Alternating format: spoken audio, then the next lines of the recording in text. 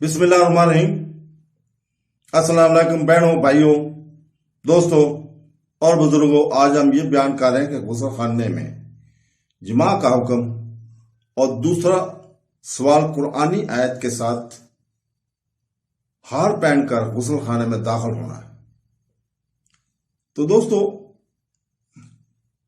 کیا مرد کا اپنی بیوی سے بغیر پردہ کے جماع کرنا جائز ہے؟ کیا غسل خانے میں جماع کرنا جائز ہے؟ اصل سوال یہ ہے۔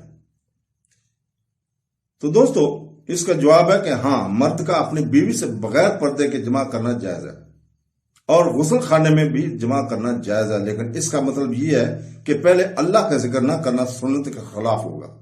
شاید آپ کو معلوم ہو کہ جب کوئی مرد اپنے بیوی سے ہمبستری کرنا چاہے تو سنت یہ ہے کہ بسم اللہ پڑھے اور اس کی آیت پڑھے۔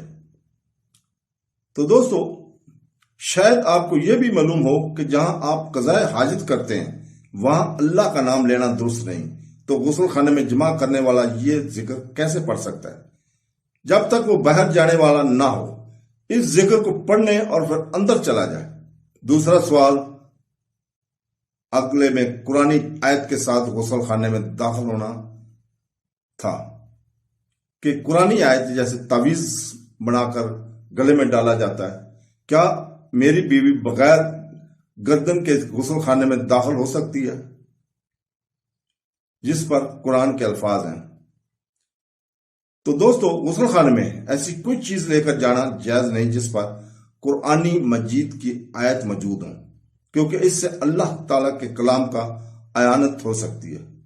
اس لیے آپ کی بیوی غسل خانے میں داخل ہونے سے پہلے اس ہار کو اتار دیں جس کے اوپر آیت کنندہ ہے۔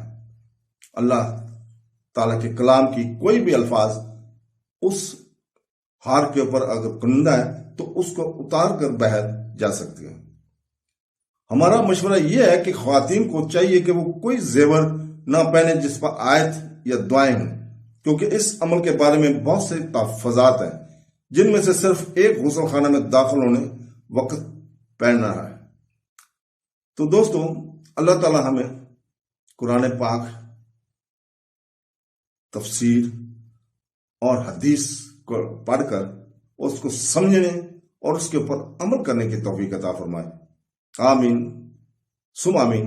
اللہ حافظ۔